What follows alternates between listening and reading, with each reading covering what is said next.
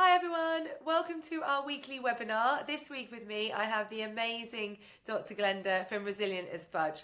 I've invited her to join us today. I will start by saying that I've actually started her course, so it's really exciting to have her here today talking more about Resilient as Fudge and for you to maybe hear some of the things that I've enjoyed about the course so far. So I'll hand over to you, Dr. Glenda. Thank you. How are you doing today, Sarah? Good? Yeah, really good, thank you. It's a Monday. Happy Monday. It can't be bad, can it, when it's a good start to the week? You No. know, Sarah, probably what I'd like to start by saying is that today I decided on this one to double down on self-belief. And the reason I decided to do that is when we work with people all around the world on Resilient as Fudge, the number one thing that comes up that is really one of the biggest blockers in people's resilience is the concept of self-belief. And I think in the spa industry, my first industry, which is fitness, it's really important to understand the part that self-belief or lack of has not just in our career but in our lives. So I thought it'd be really nice to double down on what I like to call the no fluff way to building your self-belief muscle, if that sounds good. Sounds brilliant. Love it. Yeah, brilliant. Now, before we go any further, I think it is important, although we're not doing the traditional Resilient as Fudge session and we're going to do more on self-belief, I think it would be good if I just tell people out there why I think resilience is like fudge. Yeah, good start, I think. And I'm not sure if you even ever wondered that, Sarah, about why I think resilience is like fudge and why I came up with that. I'm not sure if you'd thought much about that. I hadn't to begin with until I started the course. Ah, right. So And then you explain it and it makes total sense. But I'll let you explain. yeah, so you've got a little bit of inside knowledge, haven't you? Yeah. Well, look, it's as simple as this. Rumour has it that fudge was invented in America in the 1940s, I believe, but invented by mistake. Basically, they were looking to make a type of confectionery, fudged it up, and ended up with something sweeter, more beautiful, and maybe for them, they felt more useful, right?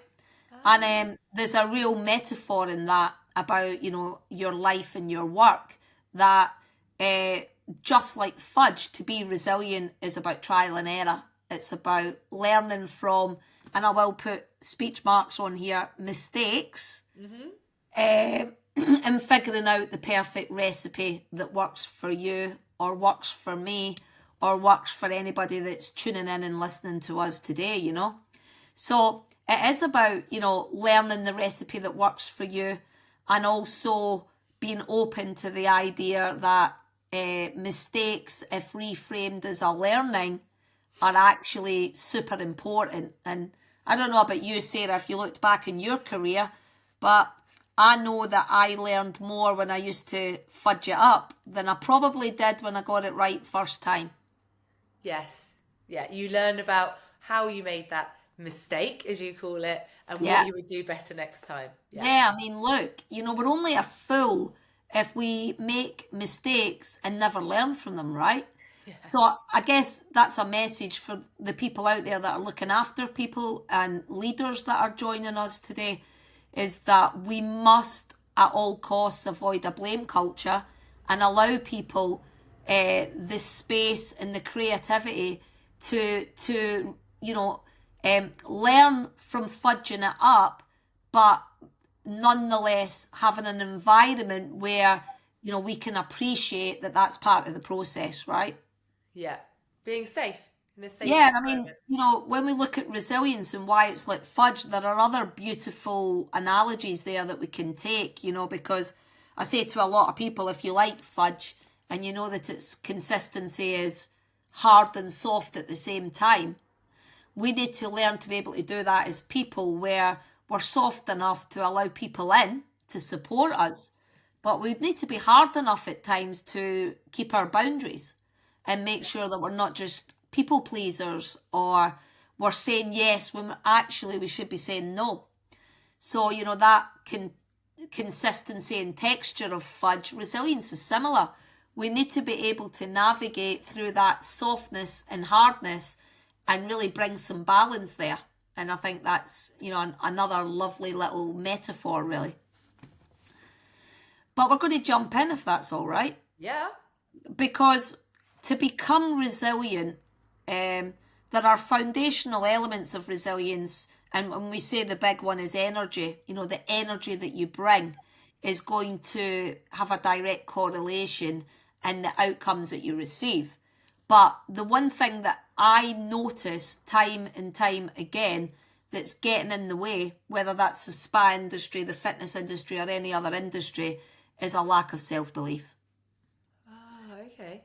Which is quite remarkable, really, when you think that starts and ends with you. Yeah, you're in control of it, aren't you? It's something you have control over. Well, that's super empowering in itself, isn't it? Because what we learn about resilience is it can be taught and it can be learnt, which is super empowering. And actually, Sarah, you've just set up your own business, your new consultancy in terms of Spawell and the work that you're doing with membership, etc. And I'm sure that you can make that link about, well, if I believe in myself, others may too. Yeah, I think you're right. I think knowing who you are and being comfortable, then people feel comfortable back. Yeah, it's really important. The biggest takeaway. Yeah. And I'd probably challenge you there and say, well, how about the idea of being comfortable, being uncomfortable, potentially? True. So that's people don't like to be themselves. Yeah, absolutely.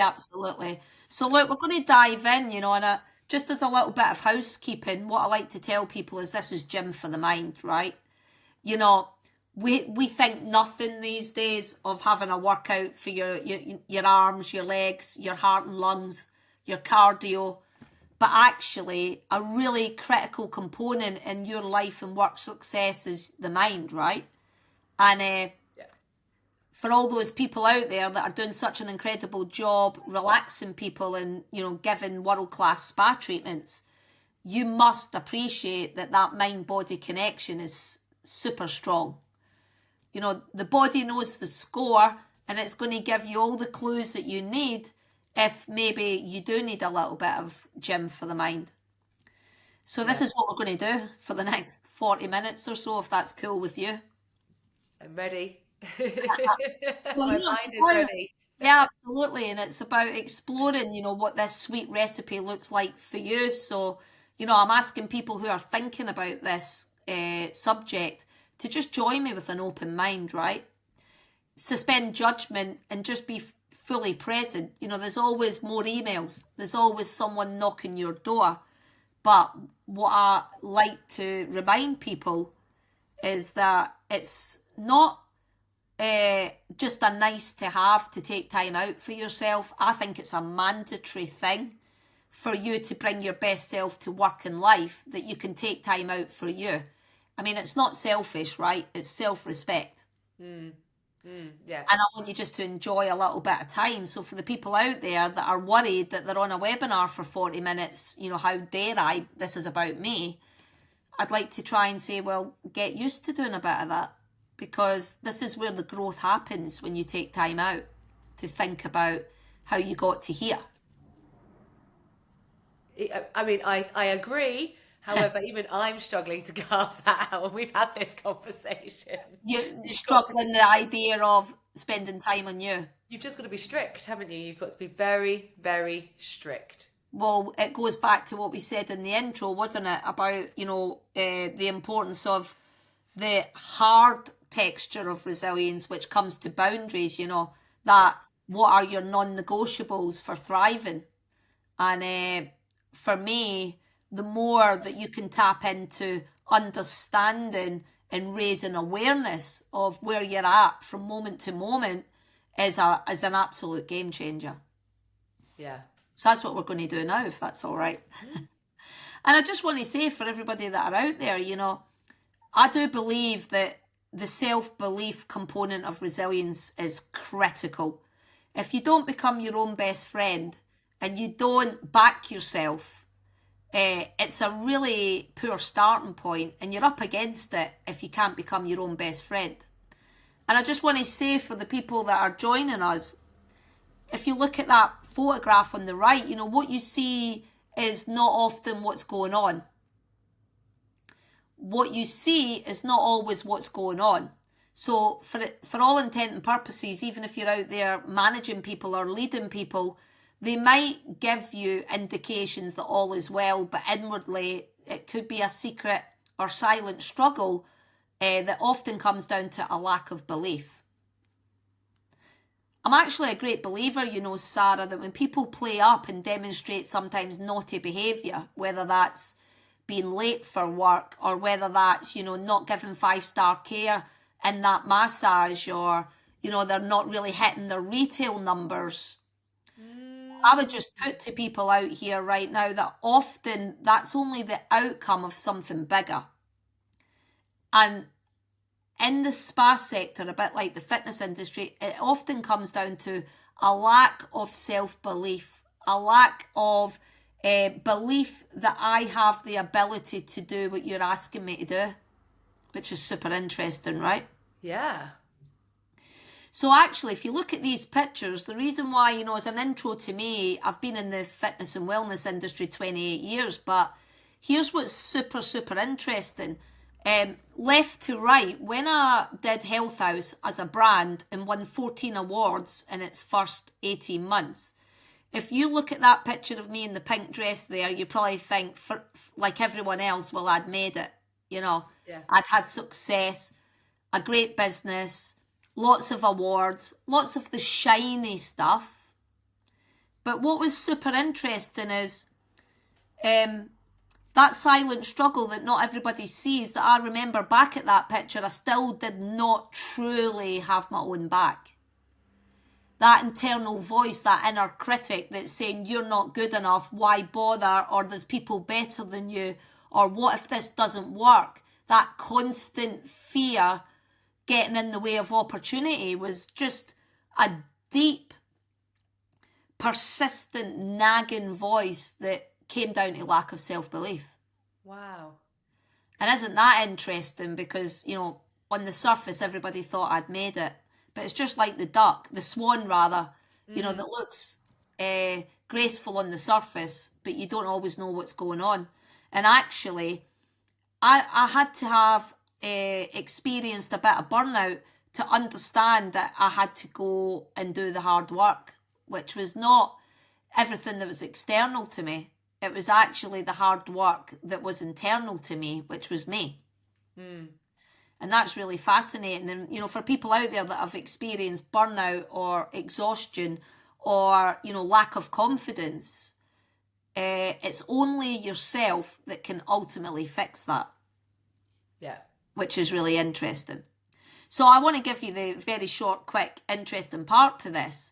I then realised, you know, that you can be successful but not happy. You can be successful but not content. You can be successful but not feel that you have life satisfaction. And actually I went into some serious deep work that centred around building me up to be my best friend. Building my self-belief. And what's fascinating is the next brand that I did, which is in the bottom left, Soulgenic, that sold in 18 months. It just felt like a much easier journey. I really did genuinely in that picture. I suppose the handshake might say it all, but I absolutely felt a bit of a badass at that point. You know, I had really worked on not just demonstrating action, but actually believing it before I would do it, which is really important. And actually, what I was then super passionate about is I just want to tell other people, you know, about how you can make that happen for yourself. And that's why I ended up, you know, talking about this stuff now, right? And becoming an expert in resilience. And I mean, if you said, you know, Glenda, what's gave you the success that you've had in your career? It's about losing the noise and, you know, ditching everything that's external and understanding that all that you want for your business and your life is in your hands. All of it is in your hands, which is super empowering, really. So I just want to say, you know, what did I learn from a stay in burnout hotel, as I call it? Because, you know, I was very much struggling just to do the basics. And then I realised that I had to stop.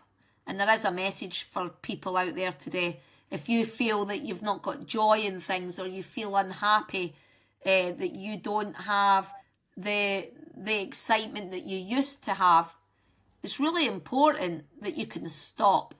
And maybe it's time to look in the mirror. Not an easy thing to do, by the way, because when you look in the mirror and you become bravely honest about what you might need to work on, it's quite ugly at first. You're laughing. I've just gone through a little bit of this myself. When you actually look at how you are Yeah, being externally, and you yeah, do take that step back, you do go, wow, I hadn't realized. And it yeah, creeps up on you. I don't think these things are obvious on a daily basis that you're feeling yeah. the way you feel. It's only on that reflection that you go, wow. Yeah, it's a great observation. I mean, I like to say to people, become a detective. Start making really good notes about how you're showing up. And that's going to show up in three ways. Are you thinking in a way that's healthy and serving you? Are you feeling day to day healthy, and that you feel like both work and life is serving you and helping you to flourish? And are you behaving in a way that is serving you and that is healthy? Think, feel, do. It's the three domains of resilience. If things are off, and there are many what I call landmines or red flags, your thinking, your feeling, and your behaviour will shift. And they usually are all connected too, right? If you think in a way that's not serving you, you don't feel like you are healthy and that what you're thinking and feeling is serving you, you can bet that the behaviours are going to start slipping and the naughty ones are going to show up. Yes. That a glass of wine, or that extra 20 minutes in bed because you think, why bother? I don't want to face the world today, right?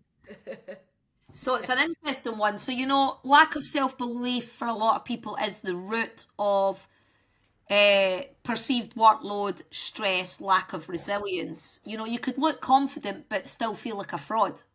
One thing that I really learned in my journey is achievement does not fix self-doubt. You can achieve and still not believe in yourself, weirdly. So awareness and action is what changes self-doubt and lack of self-belief. And you cannot outsource that. We often look to everybody or everything external to us for the answers. But the wake-up call is we have to build it from the inside. And it's not a feeling, when you're confident or you've got self-belief. It's a intentional choice that you make again and again and again because you want to show up as the best Sarah, whether that's the best Sarah in work or the best Sarah in life, right? And again, a hard lesson for me, but for anybody that this resonates with, pushing through and just getting back up time and time again is not strength, actually. It's often braver to pause. It's often braver to say, me doing the same thing, expecting a different result, ain't going to keep, it's just going to give me the same. Yeah. So rebuilding this starts with choosing to back yourself on purpose, not just by default.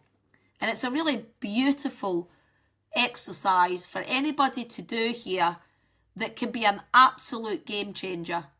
And I want to say that I'm now 9 years in, and my inner critic, who I call Clive, has never been quieter. And I was a ruminator. I was someone that would worry about worrying. And when I started to do this deep mindset work, I then realised that the voice got quieter and quieter and quieter. And now sometimes I've got to go looking for him. And the thing is, whether you've got a Clive or it's a Karen, whoever it is that lives in your head, they're living there rent-free, not paying any rent. And often they're not the best roommate. True, isn't it? I love it. So true, right? Have you got a Clive or a Karen? I love it. Well, exactly, and they will show up because what's critical here is to understand that what you believe you can do usually is what result you're going to get. Believe you can, you're halfway there. It's not enough to just manifest. If anybody wants to ask me about manifestation, we have to then follow up with action. But it must start with a thought that becomes a feeling that becomes a behaviour. That's what builds resilient people. We're healthy in our thoughts, so therefore we feel that we can tackle what life is throwing at us. And because we think in a way and feel in a way that is serving us, we start replicating behaviours that serve us. Got you. They're all linked, you know. So we're just going to look at why your confidence would wobble. I'm going to just give you a few little ideas around what I call the Fudge method for self-belief. And then I want to give you some tools, yeah? So why this really matters, because you take action without waiting to feel ready. Sarah, I hear this all the time, right? When people will say, oh, I'll do it in a month when I've got this bit done. And actually, there is no perfect time. We don't need to, you're laughing because you probably maybe did a bit of that when you were building Spawwell, right? I've done a bit of that with your course, Glenda. Absolutely, right? You know, and I would just say, you know what? Let's rip the plaster off and get started. Yes, you're right. I'm laughing because I have not started to do a huge amount on the course because I'm like, oh, I'll do it then. Yeah. Because that's basically protection, really. The ego showing up, saying, you know, we can just put this down a wee bit further down the priority list because sometimes that's scary. So it's protection there. But, you know, at the end of the day, we bounce back faster from setback. We know that to be resilient, we learn more when we fudge it up than when we get it right. I want to say to everybody that's listening today, let's stop outsourcing your worth. Because we absolutely know in the resilience literature, the people that are most resilient, most successful in whatever measure you want to look at, there is something they all have in common, which is they have an internal locus of control, not an external one. So they understand that their success is down to them. Not what's happened to you, even although we like to think that at times. Well, if it wasn't for them not being nice, if it wasn't for this, if it wasn't for that, I have to say, what part did you play? That's harder to do. But when we bring control internally to us, it feels super empowering, right? Yeah. So we lead with authenticity when we do that and not performance because we really feel it. We don't just act it, which is lovely. And we can make braver decisions when we believe in ourselves because we actually know that ultimately we've got our back. Which is super, really cool when you get to a point where you trust your own decisions, yeah? So there's super big benefits to this, yeah? Massive. So I just wanted to ask people to think about this that are out there. If I thought about the Slinky, do you remember the Slinky? Love it. We still have one in our house. Oh, they're brilliant, aren't they? Well, they don't just keep bouncing back. They will bounce forward with bigger energy after bouncing back. Think of resilience quite similar. The more we can build our self-belief, the more we're going to bounce forward, even with challenge, setback and adversity. So how flexible are you? Can you bend without breaking? How unapologetic are you? Can you own your own space and understand your value? How much determination you've got is critical, and it's the only one thing that I've got to give a bit of bad news, because perseverance and determination is a third of the genetic traits of resilience that we see. So there is a third of resilience that you are predisposed, maybe, by the way, if you actually have this quality or not. But the rest can be taught and it can be learned. So do you keep showing up even when it gets tough? It's an interesting one. Yeah. And how grounded are you? Do you know your why? You know, if it's one thing, Sarah, when I met you, that I was really super inspired by, was when you were telling me about the why you did Spawwell. I didn't remember so much about what you get or, what's in it. Yeah. The more powerful part that really grabbed me was why you wanted to support the industry the way you did. That's really powerful. Thank you. Thank you. And that's going to help navigate you on your way, help you to evolve, and think about growth over perfection. We this is involving a bit of a reframe, isn't it?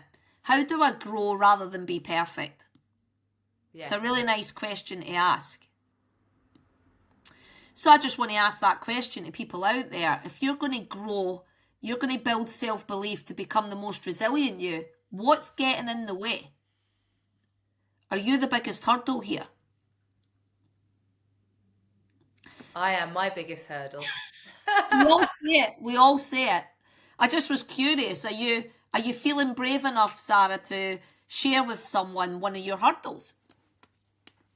My hurdle is that I try and take on too many things and I get too excited about too much. Yeah. And actually, I realise what's holding me back, and I don't mind being honest about it, is I am so excited about what I can do with Yeah. Sparwell, and I just go, yeah, I'll do this, I'll do this, I'll do Yeah. this, and then I look at my workload and I am like, what have I done? Yeah, So absolutely. I've actually taken the time back and done a little bit of your work, and said to myself, actually, I need to set a boundary. What This can I is do? all about the boundaries, isn't it? Yeah, This yeah. is about discipline, about showing up for yourself so that you can show up for others. So for anybody out there, your biggest hurdle is something that you have to tackle. And, collectively, especially more in women than men, one of the big hurdles is a lack of self-belief. Females have a much more pronounced inner critic, a bigger Clive or Karen than their male counterparts. For example, the next job that you go for in the spa world, if it's a director of spa, for all the women out there, let me tell you, the men that are going to apply will apply when they can tick 2/3 of the job spec, and a woman will wait till she can tick every one. Oh, wow. Yeah, that's been proven in research. Wow. So we have been sadly dealt a tougher card there because we are pre-wired more with a more pronounced negativity bias for that inner critic. So we might have to work a little bit harder in some of our hurdles. I do joke here, if I'm allowed, but I've never heard my husband ever say, I felt so guilty when I was on the golf course on Saturday for 4 hours and then I went with my friends for 2 beers. I don't hear that from him so much. It does. It's not called dad guilt for a reason, is it? I know all the men that are listening into this will know that we're just having a bit of fun here. But on a serious note, we know by the research that women have a more pronounced inner critic, Yes. which is really interesting. And we can look at social and cultural reasons for that, but nonetheless, it persists and it's there. So it's just being mindful of that. So, why does sometimes our self-belief falter? The number one reason is because we're human. Yeah. That we're simply human, and we have what we all know. We have a heart, and sometimes it can feel terrible when you're questioning if you can do something or not. But something that I want to raise that I'd like people to think about in their own hurdles is comparison trap. We're living in a world now where it's constant comparison. Does my highlight reel look as good as the other person's that I just seen this morning? And today mine seems to suck in comparison to that. What you've got to remember is we're seeing the public mask, and in the beautiful work that Goffman's done, he talks about the public and the private mask. You might be comparing your private window to someone's public one. Yeah. Not everything is always as it seems, so now you feel inferior. Now, in the spirit of Buddhist philosophy, they would say that the 3 ways to unhappiness is comparison, judgment, and expectation. Oh, wow. And I just asked people to think about what one you like to default to. Mine was expectation. Because I've been good to you, Sarah, why why are you not treating me the same? That was mine. You might be someone that does a lot of comparison, or someone that's a little bit judgy. So this brings a lot of mindfulness to the fore, where we're asking you to consider letting the experiences unfold in the here and now, and coming at them with no judgment and letting them unfold in their own accord. Which is a really beautiful way to start really considering how you interact with the world. Could I be a little bit more open to not having to control everything? Because our brains are wired to seek control. Our brains are wired to avoid threat and move to reward. That's why we feel good when we're controlling everything. Mm-hmm. What I'm asking you to think about is, rather than control the world, what about just controlling yourself? It's not important what everyone else does or doesn't do. It's important about how you react. Yeah. Which is cool. Yeah. For lots of people out there, we talked about the perfectionism, and for a lot of people, they're running old scripts. I'm not good enough. I used to suck at public speaking. Nobody would want to hear me talk. What are the scripts that you are running that are holding you back? You know, have you had rejection in the past? So because you didn't get the last job, you think you're not going to get this one. Yeah. Because if we're living in the past, you're going to get a lot of sadness. If you're living in the future, you're going to get a lot of worry. If we're living in the here and now and being fully present, we can build the thoughts, the feelings, and the behaviours that are going to help you in real time. It's not important what happened yesterday. This is a new day. Yes, this might happen 3 years from now on a Tuesday, but guess what? It might never happen. Yeah. Yeah. Perspective is pretty important, isn't it? Yes. Yes. So, you know, this was what I call the grand illusion. You know, we're all being sold this story that this is what life really looks like. I call it dream life. You know, where we just have these lovely big improvements, and then we just maybe sit there for just a little bit, and then we go again, and then we just keep going in this beautiful upward trajectory. And actually, it's a bit of bullshit, isn't it? Because that's dream life, and what we're living in is real life. It can suck. It can be really tough. It feels like, you know, organised chaos half the time. And it's up and down. I don't know. I've not got a good metaphor for that one at the minute, but you can get my point, like a roller coaster, twists and turns. And, you know, let's wake up to this idea that dream life is what I call the grand illusion. We're living in real life.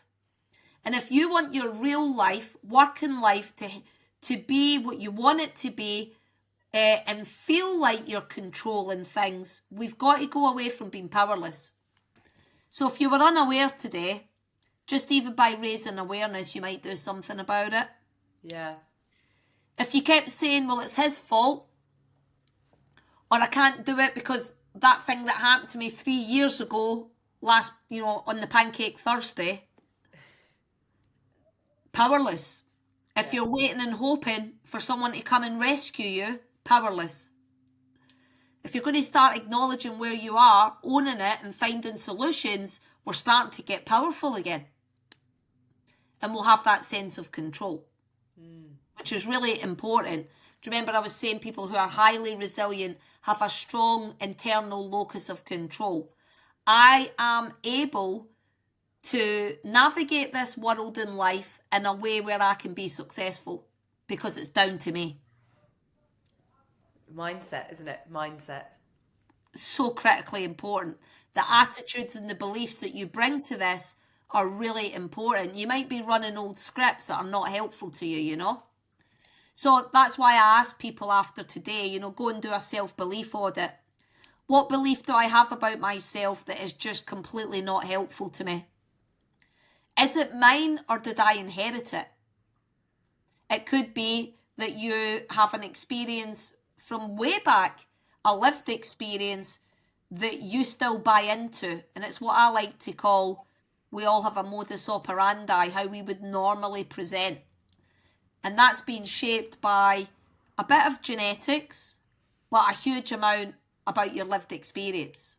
You know, if your lived experience is that you were in a job and that you were bullied, and then you came out of that job in a really bad ending, it might be that you're running that script time and time again, that everybody's a bully, every job is not going to be good, and it's never going to work for me. So are there beliefs that you're hanging on to that need to be ditched or kept? There might be beliefs that you hang on to that are great for you. So that would be a little experiment that I'd ask people to do after today, is a little bit of an audit on, are my beliefs serving me or not? Yeah. So it was that mindset piece that you talked about, Sarah.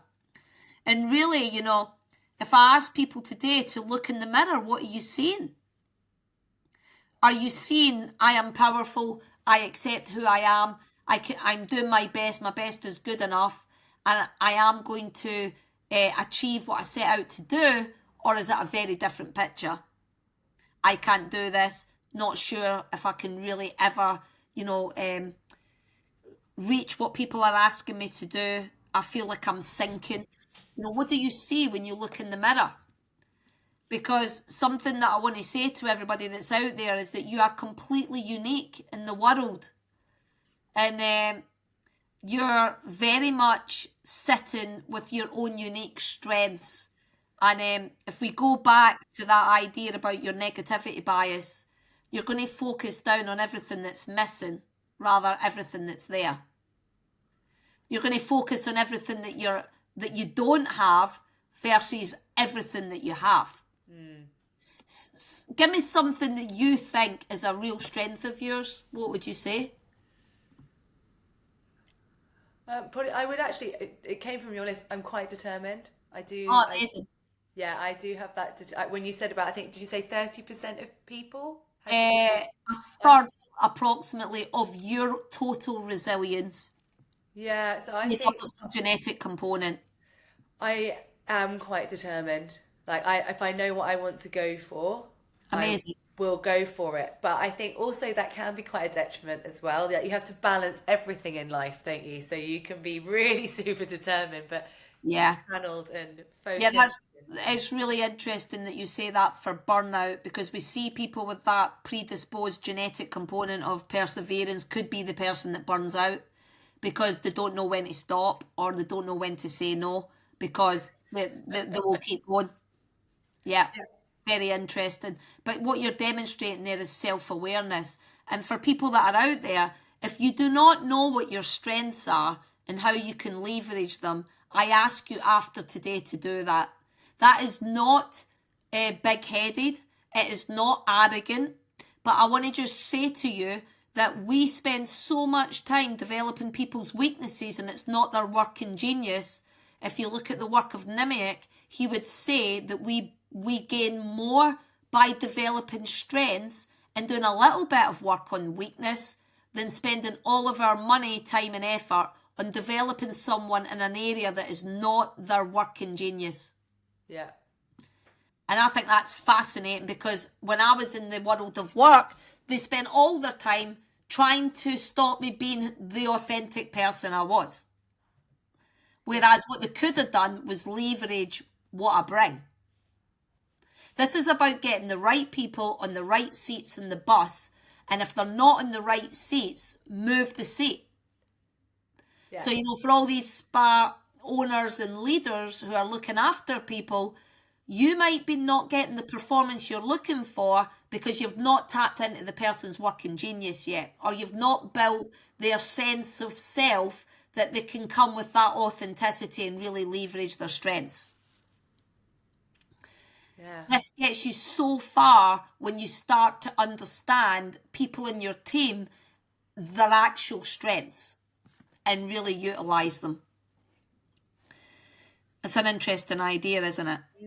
Yeah, I think you're right. I think a lot of the time you have a process of how, if someone's not got a strength, you have to develop, like you say, the weakness and make And that you do better. have to spend a bit of time there, but we need to double down and help Yeah. people to really own their strengths. Because if we work within our strengths and leverage them, it's going to build more belief, and it'll be belief on top of belief, right? So I just want to give a couple of tools now, about how we can go from maybe, a bit of a pronounced inner critic, not really fully sitting in your authenticity and your full belief, and then moving that to a point where you really believe that you're setting yourself up, right? Yeah. So I would suggest that we need to start reframing rejection. I want to ask people to think about the coach voice rather than Clive or Karen, which we'll look at. We also need to celebrate what's brilliant versus focus down on everything that's rubbish. I think we do that, right? Yeah. We will focus on everything that never went well today, but what if we just started to really rewire for positivity? And sometimes you just need to borrow belief from other people who do it better, and act like someone who absolutely does believe in themselves, and then it will be that you role model and therefore you want to repeat it, right? So I'm just going to give you a few wee tools, yeah? Tool one that I wanted to talk about was to just say, okay, guys, we need to build resilience through awareness. So we've talked a lot about this, how you think, how you feel, you behave. And I just want to stress to you all, what you think and feel, you absolutely will end up doing. They're all connected. And energy is the foundation here. What you practice, you absolutely improve. So when I say that, how do you feel, Sarah, your energy's been in the last month? And how do you think it impacts you when you have more or less energy? I went into a 2-week break and hadn't realised how little energy I had. Yeah, And then once I've had that break, and also that mental time to kind of have a break, I yeah, have way more energy. yeah, amazing. Yeah. Amazing. Energy is absolutely critical here. And when we're talking about energy, we're talking about sleep, boundaries, healthy consumption, food and hydration, and physical activity. I just want to say to people with this tool, if you are aware of how you're showing up, thinking, feeling, and behaving moment to moment, and you feel it's all getting too much, and you are starting to feel that, things are going the wrong way, you're starting to think quite negative, and you've maybe stopped behaving in a way that you're proud of, you're procrastinating, you're maybe talking yourself out of things. I'm going to ask you one thing here. Raise awareness, get out of your head and move. Do the opposite of being in your head. Stop thinking, let's start doing. It's a great tool. So if you have a bad moment, you're at your desk, you're really struggling, it's all starting to go the wrong way, we're starting to raise awareness, just move. Take a breather, get into some breath work, go and actually move, and you're going to bring in fresh energy. Great tool. You will come back like a different person, even if it's 10 minutes. Just movement in self, isn't it? It's A getting hundred away, percent. changing your scenery, getting your blood flowing, breathing in, Absolutely. breathing in. Yeah. Remember what Tony Robbins always says, where movement goes, energy flows. Yeah. So we often try and talk ourselves out of all that bad energy. Sometimes all we have to do is the opposite of the thinking, which is doing. Yeah, my dog can always tell when I need to get moving because he gets an extra dog walk. Yeah, absolutely. Now, everybody's going to have these to practice, so I'm going to be super quick because I'm going to get, to 45 minutes and then we'll maybe do a couple of questions. But the second tool is about reframing setbacks. We're constantly looking for reasons to sit in that lower end of the ladder of accountability. It's very easy to look at everything and everyone rather than look at ourselves. So, in terms of setbacks, how long is it going to last? How big a deal is it? I love perspective here, but if I said to you, okay, you lost your job, in the grand scheme of, is that the worst thing that could ever happen to you in your life? I'm sure it wouldn't be the worst. You've had better, but there could be something way worse, correct? Yeah. So it's about keeping perspective and understanding, which, for me was a real game changer. Everything's temporary, right? Yeah. When it's amazing, it's temporary. So bloody enjoy it. When it really sucks, it's temporary. So hold on to optimism that good is round the corner.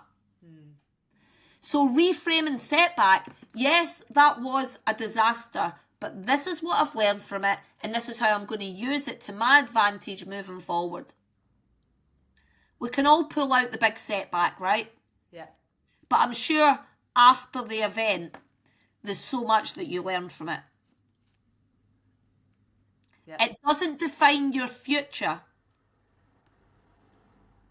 And the past is the past as soon as it's happened. Yeah. Remember what the Buddhists would tell you. We can have something super painful, which is pain, but we don't then need to cause more suffering. It's a bit like what I love that two darts story. A setback could feel like a dart in your heart, but you don't need to throw the second, third and fourth. You can choose to say, it is what it is, I'm leaving it there, and this is what I'm doing about it now. It's a bit of a reframe game, isn't it? I just want to mention to you, because we talked about Clive, didn't we, and how he shows up to, sabotage what you're trying to do. And actually, I always talk about, in my book, I talk about taming Clive. How do you tame that nagging doubt in your head? I'm not good enough, people won't like me, why bother? And I want to ask you to be the coach and not the critic. Be a critical friend, not your enemy. I hear you, but that's not helpful right now. Bring me a better thought.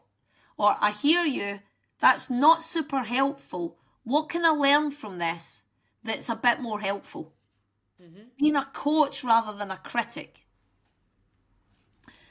That's really important. And to do that, and this is a really interesting one, to quieten the voice, we have to focus down much more on things that are going well rather than things that are not. And over time, you will start to see that your focus on everything that is a threat to you will start to come down, and everything that is an opportunity to you will start, it'll feel like, hold on a minute, it's popping up all over. It's not that there's any more opportunity than what was there before. You're now just scanning for it. What's the opportunity in this? You know what I like to say, Sarah? Fear's just false evidence appearing real, right? Yeah. And then what is at the other side of fear? For most people, it's opportunity, right? We just have to take the step. Yeah. Again, using perspective, what is the worst that could happen here? What is the worst? If the worst is that I don't get an email back and they don't want to buy what I'm offering, is it that bad? It's not that bad. Perspective is really important. And I think we talked about it before. Tracking your wins is going to rewire and get, really reduce the negativity bias that your brain is scanning for and open you up for opportunity and positivity. And I call it the ta-da list. But what about being grateful for what's going really, really well? I just want to give you an amazing statistic here. But if you actually wrote down for the next 30 days 3 things that went well today, that's the work of Seligman, and in his work with 1,000 people, in the 100 most depressed people, they'd reduced their depression by 50% in the first month. Wow. You would never get that with a painkiller or a antidepressant from a doctor. Wow, that's incredible. That really is incredible. Yeah, we're just rewiring for positivity. because the brain is wired to scan for threat. So we have to rewire the brain and build some new neural pathways that are going to scan for everything that's bloody great. Yeah. And the only way to do that is practice. So for anybody out there, tell me 3 things that's just been amazing today. Like, my highlight today has been able to do this. Thank you. One of mine is doing this as well and having fun doing it and learning. Exactly. So, if we can start to really, and this is important because we start meetings in that negativity bias. Hi, everybody. Thanks for coming today. Now let me tell you everything that's crap. Yeah. What if we started every single team meeting by saying, I want you to tell me 3 highlights that's happened in this department in the last week? See, after a few weeks of awkwardness, people are dying to put their hands up. Changes the energy, changes the vibe, and it also builds culture of positivity and opportunity and self-belief. The more we celebrate the good, the more we believe we can produce good. Yeah. I always think, why are we conditioning people to repeat negative behaviour? Let's talk about everything that's really not going well so that we keep doing it. It's true, right? Yes. And then all I'm asking you might seem a bit fluffy, but you can borrow beliefs. You can practice using an affirmation that might help you. So if you don't like, doing your staff training and you're really nervous about it, you might want to practice why I know I can do this. This is my strengths. This is what I do bring to this, and practice affirmations that are more helpful to you. I've got a little box that I bring out when I want to laugh, and it also, humour goes a long way, doesn't it? So the first one, am I allowed to say this? Because it says, exhale the bullshit. Quite like that. I'll just pick another one. Let me see. Okay, the key to life is simple. Just don't be an asshole. Quite like that. That takes you a long way, I think. That one takes you a long, long way. Yeah, I've got another one. You're doing great. Keep that shit going. Great. And These where are do all you get fun. these from? Where do you get? Did you create these yourself? No. I've got quite a few different options. My good friends always buy me weird stuff like this, and I just want to show you. I've got 2 turtles up here. One of them says, you're turtly awesome. Tiny turtle is always here whenever you need a little cheer. Now, it's just affirmations. I can do this. The world is not that bad. What's the worst that can happen? Be your own coach, not your critic. And then surround yourself with people who have gone before you. If you want to build belief, surround yourself with people more successful than you. Don't see that as a threat. Get rid of your ego and surround yourself with people that have done more than you. Because we know that behaviour breeds behaviour, right? Yes. Yes. And you know what?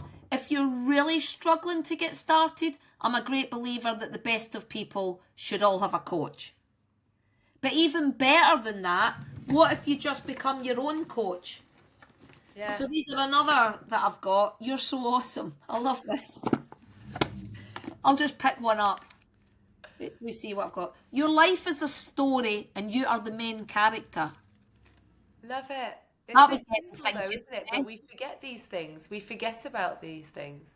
What comes up for you when I read that? Your life is a story and you're the main character. Do you want to be the main character or do you want to be just a little extra? Yeah. I'm the main character. Is that a question? I'm going to be my main character. You want to be the main character? Yeah. Interesting, right?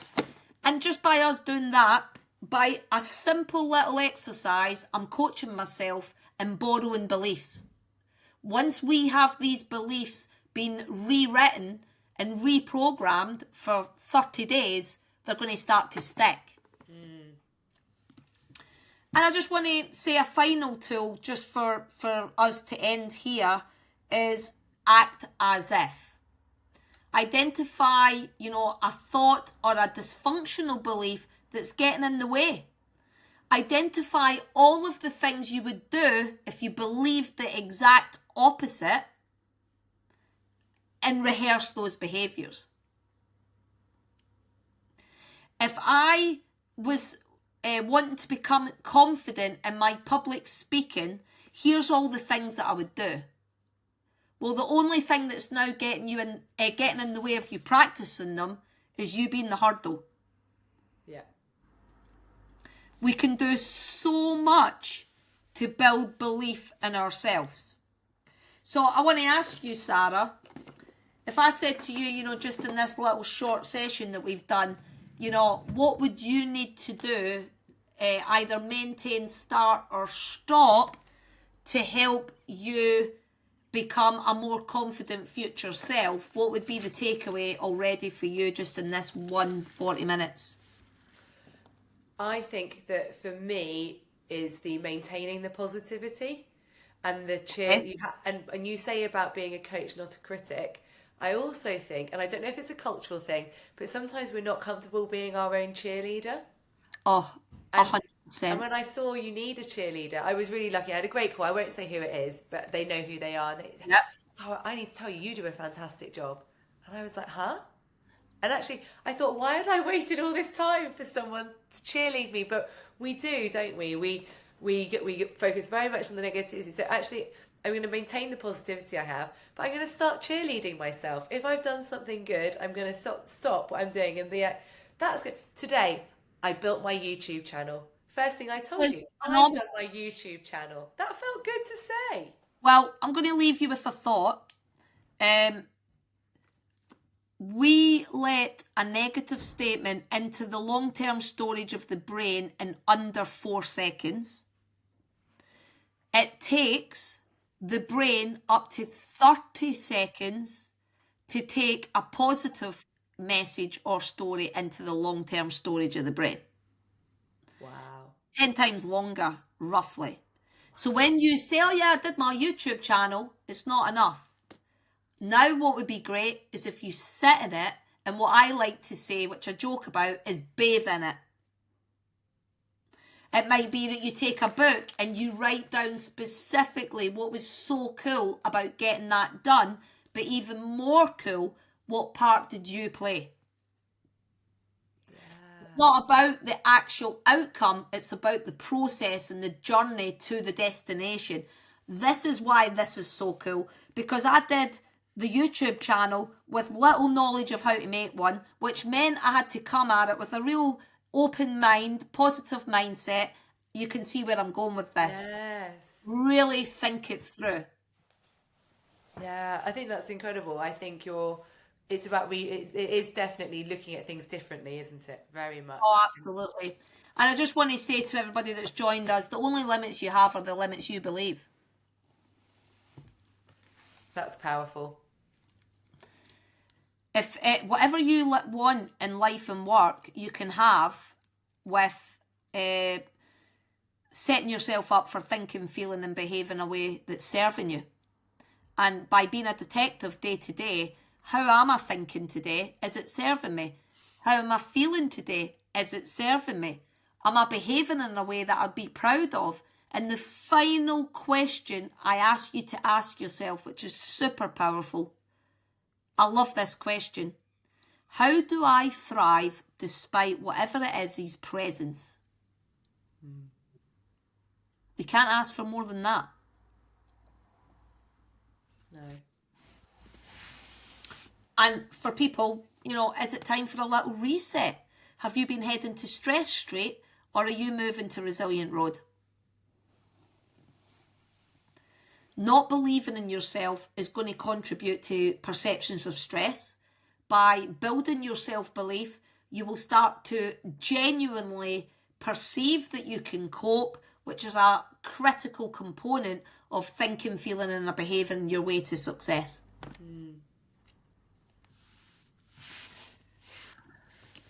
So I've got a question for you.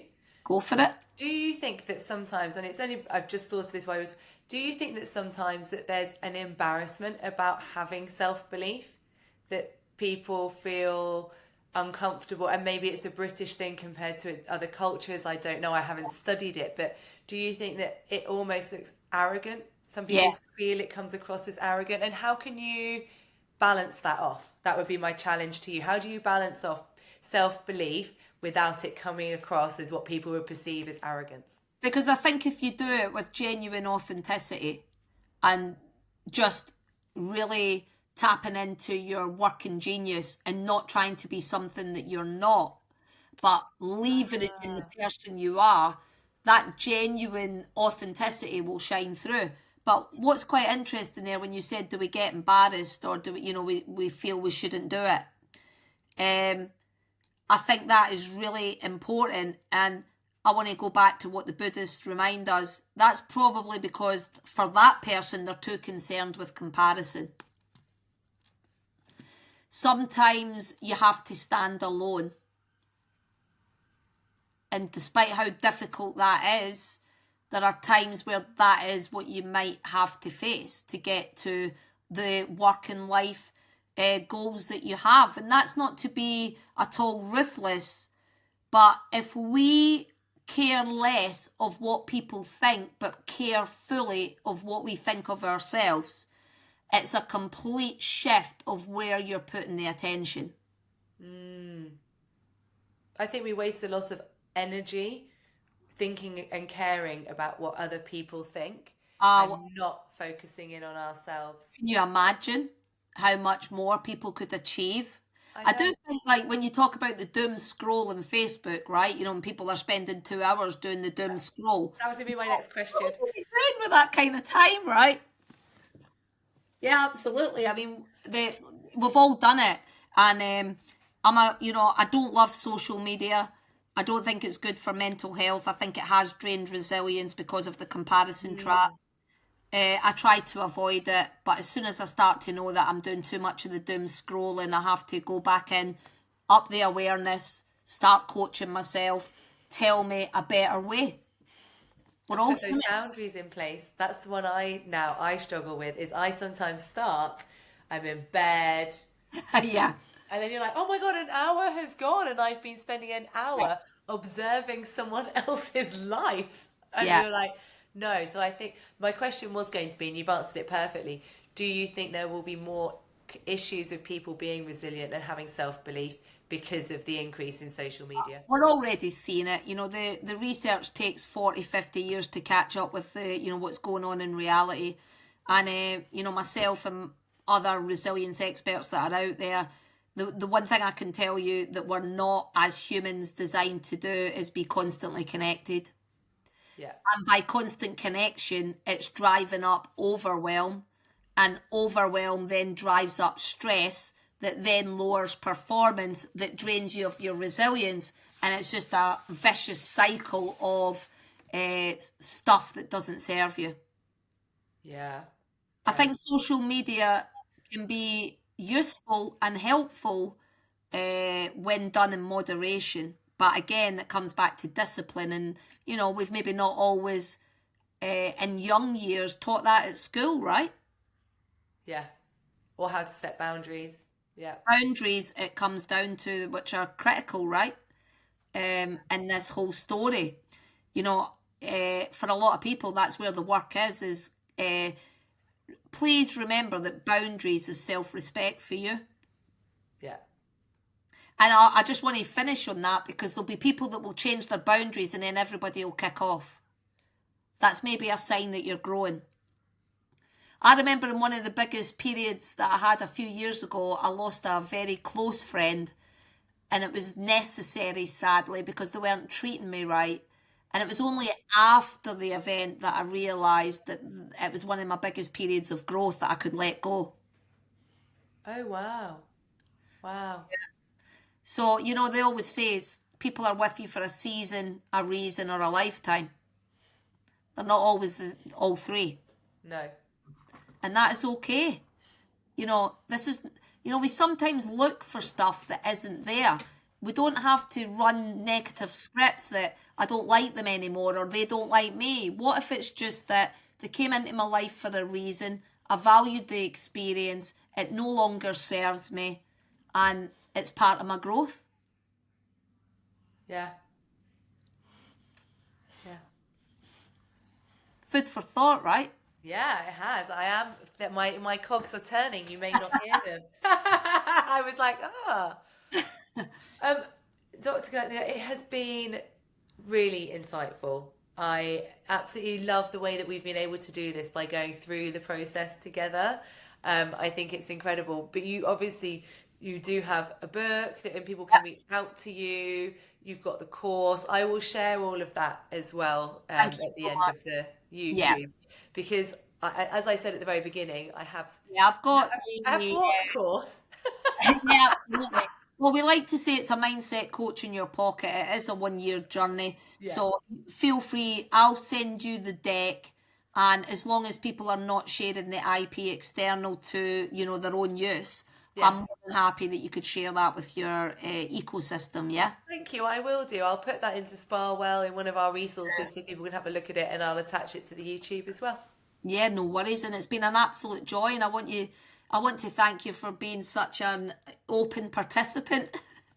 You're welcome. I've really enjoyed it. I think it came for me at a perfect time. Like I think I knew that I wasn't quite as resilient as I thought I was. And even just some of the simple changes like positivity, turning things around, reframing how you think about things, and just having self-belief and saying, I actually do know who I am and what I'm doing.